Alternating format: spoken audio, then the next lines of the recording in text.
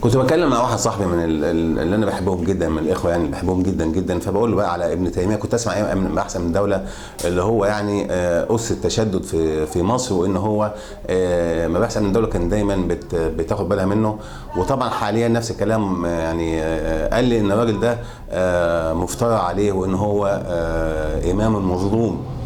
وبعدين يعني صارت ليا كام حكايه كده منه انا صغرتها قوي يعني. فمنها القول اللي كان بيقوله انه حاكم قوي فاجر افضل من حاكم تقي ضعيف.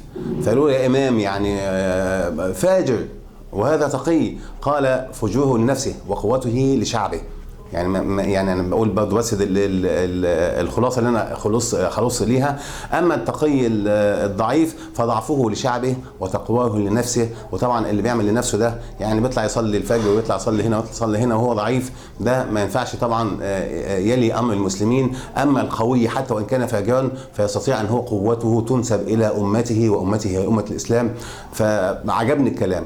القصه الثانيه اللي حكاها لي ودي اللي انا بتكلم عشانها، يعني ان هو بيقول لك ان لما كان التتار هجموا على مصر واسروا الناس، فجابوا بصفته هو كان امام عاصر في هذا الوقت يعني، فجابوه عشان يفاوضوه. فبيقولوا له بقى يعني ممكن تاخد المسلمين ونفك الموضوع وتقنع الناس بكده. قال لهم لا، انا جاي هنا للمصريين وليس للمسلمين، مسيحيهم ومسلميهم. يعني انا جاي للمسلمين والمسيحيين. يعني سبحان الله، الراجل اللي هو بيقولوا عليه متشدد رايح عشان المسلمين وعشان المسيحيين، واحنا هنا لما بنبعت 11 واحد في الامارات باعتين عشان من الاخوان نبعت لهم ونسيب بقيه ال 360 ولا مش عارف كام واحد اللي موجودين هناك.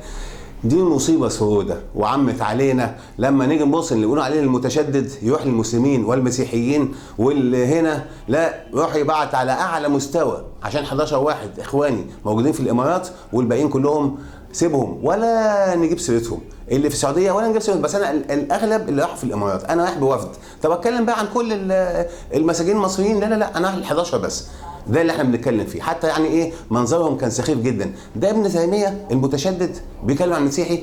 قال لك ده هو حتى بيقول لك لما تتجوز واحده مسيحيه وطبعا طعام المسيحيين واليهود حل لنا، والزواج منهم حل، يعني زوجاتهم يعني ممكن الواحد يتجوز من المسيحيه زي بيحصل في اي دوله اوروبيه. ممكن واحد يروح ويتجوز واحده مسيحيه وده عادي خالص. طيب الواحد ساعتها لما هيتجوزها بقى هيضطرها لاضيق الطريق، ولا مش هيقول لها يا حبيبتي، ولا هيضطرها انها تبقى تدخل في الاسلام، ولا هيحاربها ويعنفها؟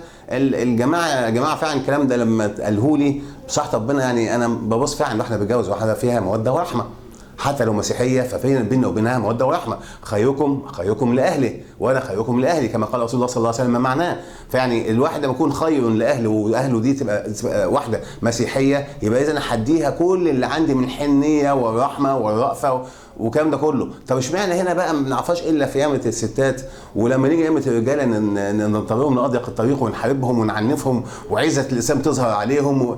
فين الكلام ده؟ يا الله يرحمك يا ابن تيميه.